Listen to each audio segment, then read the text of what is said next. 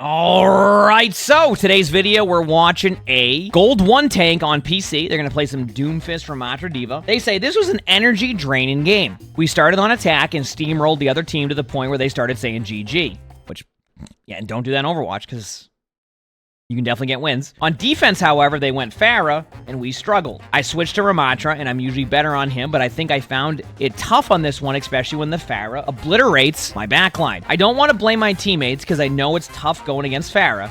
Anyway, that was enough to give them momentum to make the game close, and I'll let you see the end. I'd appreciate any tips to improve my game and how to approach situations when there is a Pharah to go against. Well, I will say, it's interesting because they ended up fixing the problem where Pharah dominates with the pocket, but then they created a new one where I feel like Pharah is just still really good against people, and like because you need to be way less accurate, and like it feels like you just take so much burst damage. And you go, well, someone will be like, hey, go Diva. Well, it can be very rank dependent, but I'll tell you this much, Diva's struggling right now. And granted, it doesn't mean that Diva's inherently terrible, but Diva certainly is struggling way more than Diva's ever struggled in Overwatch 2 because of, you know, what was Diva good at? You go Diva against Winston, well, guess what? Winston is now better against Diva. And things like that have kind of created this really unique experience. So, let's see. All right, so you're on Doom. Interesting start by their Rhine, the classic charge and spawn. Takes 18 months to kill, and they appreciate it. Thank you. Oh, you kicked a field goal there. See, that's the impressive part is Doom. Is when you kick the field goal, I call it, where you just completely miss your right click, but it's so impressive that you managed to do that. That was one of those moments. I mean, Doom's all just about solid rotations.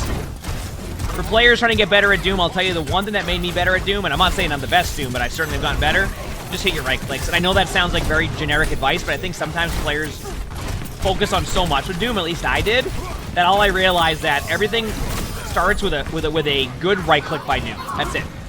Because if you miss, you go right by them, right? Like if you miss them, you go right by them. You just miss. If you at least hit them, whether or not it was like the most successful one, at least it stops you in place, gives you a little bit of those shields, and you can at least like get out. That is the number one thing I've learned with Doom. Is that that is what gets me rolled the most time. What rank are they? Gold? It's not to a good start. I mean, they're not really over pushing. They're trying to clear space. Like so far, so good. I mean, the real issue in this game eventually comes down to when the Pharah comes into play, right? We know they're going to be steamrolling for a bit here, but we'll watch some of the stuff, you know, talk about a little bit of the game theory. I don't even know, I just wanted to sound smart, so I said game theory. That's it. I hope that helps. Yeah, I mean, that's basically it with Doom, though, right now. You just rotate your cooldowns correctly, don't overfeed, hit your right clicks, like, yep. Yeah, I mean, so far, so good. I don't really have anything so far that I'm like, oh no, you're playing it terribly. I think you're doing a good job with, you know, I think you're doing a good job of just like slowly starting to, you know, chip away at the team. You're not overfeeding. Cooldown usage has been good. Hit most of your right clicks. Yeah, solid start. Yeah, I mean, this is the classic, like, this is how I would play Doom. Like, really good Dooms will probably go up there and make plays. I just push the cart because I know that the more that I'm pushing cart, not only are we getting the objective, it's less time that I'm feeding. So I get it. I'm not even gonna be mad at you on that one. You know what I'm saying? I'm not even gonna be mad at that point. And that's what I mean, by the way. Just a little side note, and I just wanted to pause because I haven't paused yet, and this extends the video out. If you look right there, though, you notice how, like, even like a punch like that, the difference between if you hit that punch or miss that punch, like hitting that punch gives you a little bit of shield. You don't go flying past their team and they get rolled. So even like if you're gonna have if you're going for a punch, like even if you just hit the Orisa there, you're in a good spot because otherwise you go right past them and you get rolled. So good punch there. Good job in general. Now you have numbers, you can be a bit more aggressive. Wow, good patience. I gotta say your Doom patience is impressive. Right? Like right there, like that's a good understanding of like how you want to do your punch, understanding the projectile, like that was good.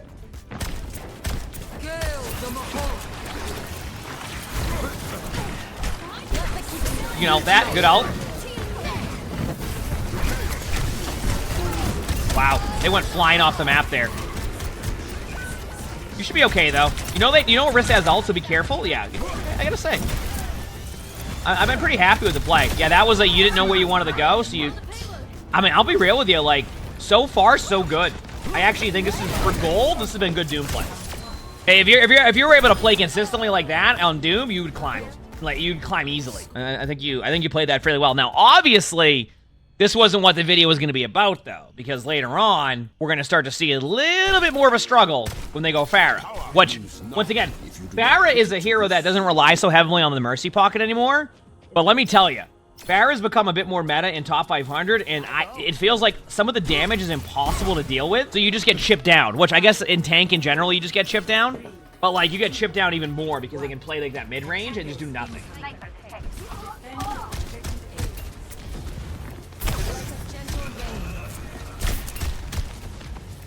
But we'll see. We'll see how it goes.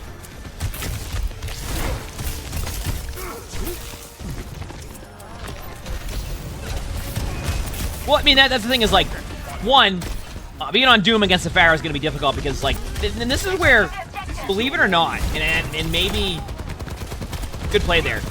I think against this comp, you need to start being more aggro on their backline. Because I think you mentioned in, like, and I think you're doing that right now, and this is a good way to go about it, but you definitely need to be a bit more aggro against what they're doing now, because if you don't do that, then you're going to get grinded down. So the best thing you can do is just be as disruptive to their backline as they're being disruptive to yours. And if you end up going into offensive mode, you're probably going to get rolled. You don't have to do it yet because, like, your team is still rolling, but the moment your team stops rolling because you're so used to that as a team, wow, nice job. Chex Mix, thanks for the Future Prime, thank you, appreciate it. That's where things will start to shift.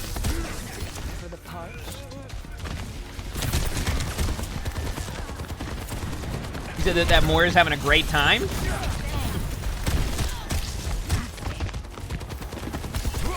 Yes, they are. Yeah, so... Now, I know I said to be aggressive into their backline, but now you can see what's happening. I talk about this all the time, and this is something I kind of want to help players with, because it's something that I even still try to remind myself when I'm playing Overwatch. Just remember this. Play the way you've been playing the whole game. When you have good positioning, it's very easy when you start to win team fights to gravitate away from good positioning. Now, what's happened? You started off playing Statue.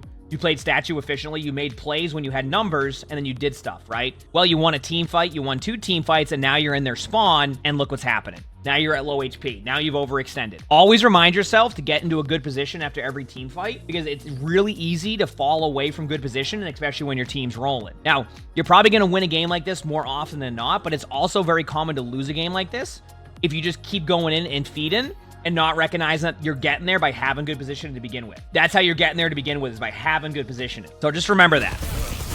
You can easily get rolled after that. Right now, they've had to use cooldowns on you. Your team went to go save you. And I'm not saying that you fully got your Moira kill there, but you certainly didn't make it easy on your team. And especially now where tank's a bit of a struggle, one of the best things that you can do as a tank, even though it can be frustrating, is minimize how much... we're going to be working on a video over the next month or so where I'm going to do a video called, like, So You Want a Tank? And it's going to kind of be like both like an entertainment one with some humor, but also kind of showcase like what I mean by space creation, things like that. It's a start of something I want to try doing more consistently on my YouTube, is like, you know, we're going to do like a really cool like edited video once a month or so. That's my goal. It could be 2 months, but a lot of what I'm talking about here is like, one of the best things you can do as a tank is also help your teammates out by minimizing how much damage you're taking, because a lot of what happens is your supports, you're going to hear a lot about like, and I've been hearing this complaint from players a lot recently, and we'll keep watching this, is supports are saying that support feels a lot less fun. And a lot of what I'm picking up from that is not that supports necessarily got nerfed to the ground, it's that tanks got worse, and now tanks are taking so much more damage that you get stuck into heal bot mode a lot of the time. Right? I'm getting way more videos now where somebody's like, oh, I had a heal for 35,000 healing, and I'm like, yeah, it's because your tank is just taking as much damage as possible, and there's no timing to do damage. Even though it's recommended to do that, there's no timing. Your tank just falls over. So, anyway. Oh, you went from bronze to gold. Well, let's go. Congratulations. Keep it up. You got this. So far, so good, though. I mean, like I said, outside of, like, you know, your bad position in there, but I still think you need to be wary of that. I think, like, you want to keep resetting to a good spot. But,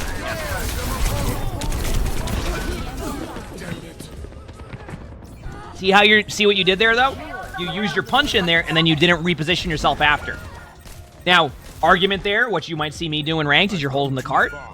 I'll give you that one. Sometimes it's okay just to hold the cart and get some ults out and retake. And that's what you did. What about a tank like Reinhardt that isn't mobile? I mean, Reinhardt's going to be about good positioning, and honestly, like, there's 2 play styles of Rein now. It's the put them to sleep play style, where you just hold your shield up until it breaks, because a lot of players won't break the shield right now. Or it's the charge in, hope that you're, like, you have stick 'em, or like Velcro, and that you just end up on one of the players in general that somehow gets suctioned into your charge. Those are the two play styles. Anything in between that, you're going to probably make it a lot more difficult on everybody. How I know that? That's what I do sometimes in rank. For Mantra, I don't mind here. I think this allows you to play a little bit more static, but I do want you to be wary of one thing. The Pharah is causing a lot of the issue, right, on your backline. So you went from playing a hero that needs to be a little bit more static right now, and even though Ramatra can be aggro, if they play mid-range on you, you're going to get nothing done. And that's kind of what they're doing. You go, what do you mean? I can shoot, like, the Doritos at them. Yeah, but you're also trying to shoot Doritos against a Pharah, a Moira, a Winston being mobile with a bubble. So you lose a little bit of that value that spam gets, right? You do gain some good play here. I mean, I don't think, like, I see your mechanics here, and I don't necessarily think, like, you're playing terribly, but I do think that, like, your adjustment to what your position is going to be and how you want to play stuff definitely needs a little bit of work. You almost get into that safe play style a little bit, which I have a tendency to fall into, especially when I become the card pusher or the objective player, because as a tank, a lot of the times they want you to tank, get aggressive, play passive, play aggressive, push the card, push the objective, also create space while pushing the objective. And if you don't do that, they're going to get mad at you. So, like, you try to do so much at once as tank, but honestly, like, you're in a spot with tank right now where you can get stuff done, but you still have to wait for other things to be done for you to be able to do it. Yeah, ulting this, honestly, I would have ulted it even sooner, only to try to put the pressure off of your teammates. Let me explain something on this one. And this is not, there's no guarantee to success on this one, but the reason why I want to explain this is because it can be helpful. If you're in a spot where it takes one team fight for the team to win, it's better just to hit your alt button to try to make you become the immediate distraction. So what happens is they all in them, and then your reaction is to wait a little bit because you want to time your ultimates better. The problem is that you need them to make you the main focus. So at this point, you just hit your alt button, hoping that the voice line alone brings value. Now, there's no guarantee it does, right? There's zero guarantee that it will, but it's better than wait as long as possible, and then now you're just gonna get rolled, right? So you want to at least create that opportunity. So, Faucet, thanks for the gift of stuff. Thank you, appreciate it. Thank you. Anything about the meta? I would say, depending on your rank, it probably won't matter as much. It's just gonna come down to like how you're playing. Yeah, I mean, okay. This is gonna sound, I don't know if this is correct take by me. Was it me, or was like the Pharah the least of the issues here? And maybe I'm looking at it more from like what I'm seeing on the tank, but I feel like it's just a lack of you wanting to do the same thing and you kind of going static, which means you're just kind of playing like a statue. I don't know if that was necessarily the Pharah. I do think the Pharah was playing well, but I don't think it was like the reason as to why your team lost. It kind of felt like your team just gave up the space creation that your team had to begin with. And this is like something I want to talk about. Some players are good against certain playstyles. Like, for example, comps I struggle against. I'll tell you right now. Wrecking Ball-based comps where they just go into full deathmatch mode, I can struggle as a tank sometimes. I don't know what to do. So if you're still playing a disruptive team comp against them, then the backline is still going to feel pressured and is going to play differently. But if you go into a statue mode, which you did, especially against what they're doing, you're basically just giving them free opportunity to make plays, right? So sometimes you need to think about, when you make a hero swap, will this change or make it easier on the other players on the other team? And the answer to that was yes, because the moment you change up your playstyle, all their team needs to worry about is just sitting there doing nothing, right? They don't have to worry about any backline pressure. They don't even have to worry about a Doomfist being up in their face. They just have to look at a Ramatra, who honestly, you're now playing into their playstyle. You're enabling their playstyle by going the comp that you're going. So now you switch to D.Va now, so I'll see how you play D.Va, right? Keep in mind they're on Winston, which, by the way, in my opinion, D.Va is way worse against Winston now. Way worse against Winston right now, in my opinion.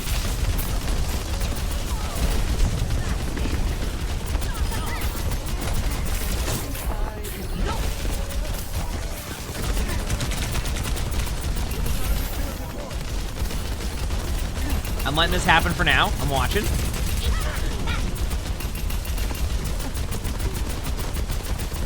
Okay. Holding the choke for now.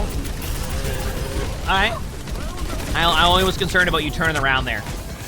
Remember, when you counter dive a Winston, sometimes the best play you can do is just DM the angles. So that way they can't heal to Winston and they do way less damage to you. That's why I was a little concerned, but I'll give it to you because it worked. Remember, minimize poke damage taken. Minimize poke damage taken. I'm telling you, minimize poke damage taken. All right. In that situation, you need to DM your teammate. If your teammate gets stuff in front of you, I always say this, when you're playing D.Va, one of the best ways to look at it is pretend that your other teammate is a tank. So at that point, if Venture is in front of you and they're getting slept, Venture's now the tank. And it's now your, also great diva out there. It's now your, like, opportunity, and your, I guess not your job, but, like, you're gonna need to sit there and, like, make your teammate unkillable. So they become the tank. I always try to give that advice as diva. And then that's where, like, you probably could have saved your Venture and you just did. Lyrica, thanks for the previous prime. Thank you. Shame. Thank you.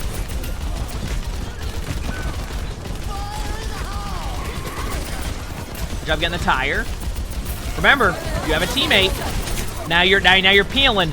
Is this the correct play? I'll let the team fight decide that. Because then that could be a hindsight Harry, and then just act like I was super smart here. No, real talk though. The reason why you need to look at that play a little bit differently is because the moment they hit you with, like, the Moira ult combo and then jump in, like, what are you going to be able to do at that point? You barely can grind through Winston right now when they don't have any heals. So the moment they go into this play, you just need to kind of go into backline trades and just try your best to disrupt their backline. A lot of the problem here is you actually over-peeled. I would have normally said that it's okay to peel, but with current Diva versus Winston, you're almost just better off trading their backline and putting pressure on their backline. Even if you go to their backline and feed and the Winston trades out, I think I'm okay with that, right? That goes in, like, any game where, like, sometimes you just have to trade. And it's not gonna feel, sometimes trading out doesn't feel good, right? Because you want to actually go and do something, but unfortunately sometimes as tank you have to do that. Even more so now where, like, the playmaking ability of a tank is less than it was before. So, like, sometimes you just have to go and make a play like that. And that's it. And the best that you can do is just hope for the best, right? And it sucks to have to do that play style sometimes, but you're going into their ult. Like, you're almost like, imagine, like, the equivalent of that Moira, like, ulting their Winston in, and you chasing them is the equivalent of, like, you see a grab and you go, let me fly into this. It's not the same, like, you're not having the same response to it, but, like, it's still not going to be ideal, right? Back to Ramatra, which once again, I didn't feel like their Pharah at the time was really causing the issues, and now they don't have a Pharah. But, like, I think it's one of those things where you felt like the Pharah was, like, the difference maker, and in reality that wasn't that. It's just your playstyle shifted. And it's kind of happened again. Like, you're playing into, like, what makes the... They want to play this, like, death ball-y, like, spam type of comp, and now you're playing into it. Now, I don't mind Ramatra here. I think what you probably could go here, and you could agree or disagree, because, I mean, I don't try to give hero suggestions too much. I think Sigma would actually work really well here. Because if you look at the way they're playing, they play very stacked. And when a team doesn't want to, like, move around the map and they want to play more death volley, this is where Sigma gets a lot of value, right? Because you can kind of just spam in. And even if you're being a little bit inaccurate, and I just made up a word, inaccurate with, like, your left clicks, you're still going to hit a lot of your shots because it's splash damage, right? Which means you're going to do random amounts of damage. So if you find yourself stuck here against this comp, and they don't have, like, a Lucio or anything like that, and the reason why is so they can't be too aggro on your Sigma, you can play corners and be fine. It doesn't mean Ramatra's bad either. I'm just saying, like, it's okay to play Sigma there. Yeah, just hold that. Good job. That was the correct play, by the way. Whether or not they get you, that's the correct play. They went for you with a tire. You just have to go into, like, defensive mode there. I'm okay with that. You played that right. You played that right. Ooh, that was good. Oh, huge Vortex. Nice Vortex. Good job. Now, you definitely don't lose that, right? Yeah. Okay, I was going to say, it's an Orisa versus a Kiriko and a Reaper. You win that. They don't lose that. If you said it was a Kiriko and a 1v1, I think you win that. So, would Venture work with Rush comps? Oh, yeah. Venture has slowly started to get into the meta. You saw a lot of Venture being played. They're a very good hero. They're a very good hero. I do think it's, like, in that skill gap type of play where you need to, like, really put the time into Venture, because I think there's a difference between a good Venture and, like, a bad Venture, which people are like, oh, that's obvious if you say something's good or bad. Yeah, but, like, there's like a floor to that, right? Like a floor of a hero. The way that if you play him bad, like, actually, for example, like I play Diva, right? The floor of Diva, Defense Matrix brings a lot of value, but the ceiling of Diva can be really high, right? So, like, you can see the difference between a really good Diva or a really bad Diva. Venture runs into that issue too, where, like, you definitely need to put the practice in there. So, all right, here we go. Let's see how your attack goes here. Yeah, you have plenty of time. Zarya, this is okay for you. Remember. Hey, good right clicks. Yeah, your Doom right clicks are very accurate. They're actually more accurate than my Doom right clicks, so that's good. I mean, granted, we're not setting the highest bar there for Doomfist gameplay, but you're definitely good with your right clicks, which is step one. Now remember, what is the problem you're running into right now? What are you doing wrong here? There you go. There you go. Much better reaction. Now, the reason why you're doing this is disrupt their backline. Listen, you got rolled there. It also was timing, right? Half your team died during that play. If your teammates don't die during that, you probably have a much better interaction, right? And then you switch off to Ramacha to play into their playstyle. We'll see how this goes. Once again, I think you have the right idea. I think you just ended up you're playing static now. You're playing very statue. I think statue is the way to put it. Like you just. This is good though. You're being aggro. Okay, you got map control. Now spam them out. Spam them. Wait 3 seconds, then go in. 3, 2, and throw a vortex back left. Okay. I do want to point one thing out about your vortex. The reason why you want to throw it back left is so that when they're pressured in even more, if you throw it like right there, they're not going to be able to go anywhere. Always think about like where they're going to go with vortex, not where they are. That's not bad right there. I like that one. Just remember that. With vortex, it's not necessarily about where they are, it's where they can go.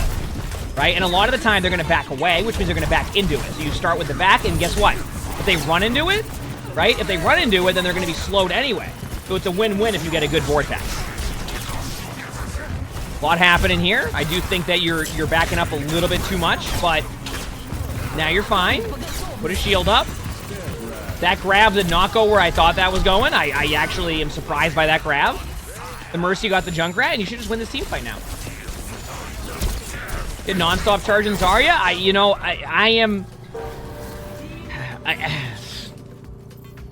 I'm going to pause for a second because I do want to talk about this. Remember, an out-of-position Zarya is going to be way easier to kill than never shooting at the Zarya bubbles.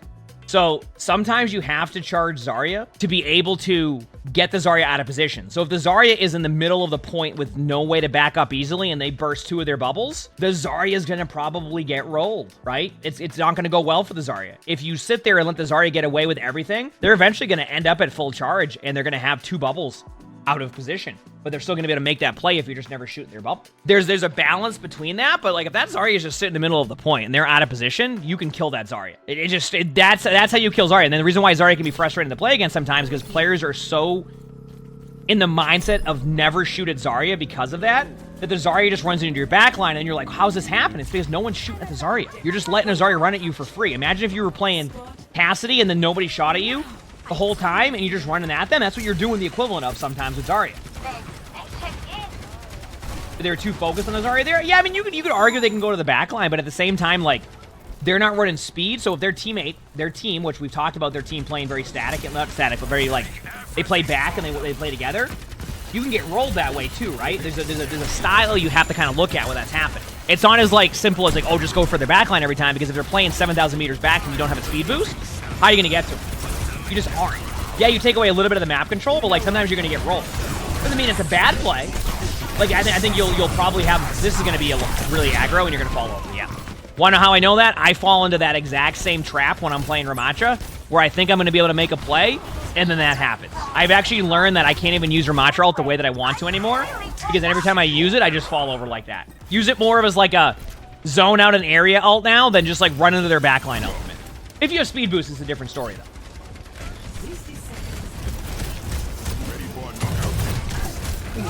Yeah, you have the right idea here, by the way. You have the right idea. But also, look at the Orisa when you do the block. I think that's how you would do that, right? You look at the Orisa, don't, like, turn around, because, like, if you're blocking as Doom, it will still do the maximum damage to you if it's from behind. I think you need to... I could be wrong. I think you need to... Maybe not. I don't know. It didn't look like you took damage reduction on that one, is what I'm saying. So that's why I think you have to do it the other way.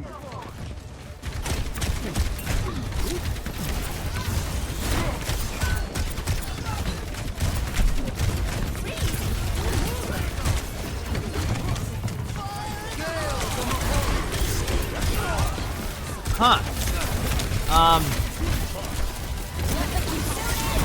Good right click. I mean, you have a Kitsune, but you're not using the Kitsune, so you're probably gonna get rolled. Yeah. So like, I'm gonna be honest with you, and with this game here for you, is like it felt like you almost overreacted to them having a Pharah.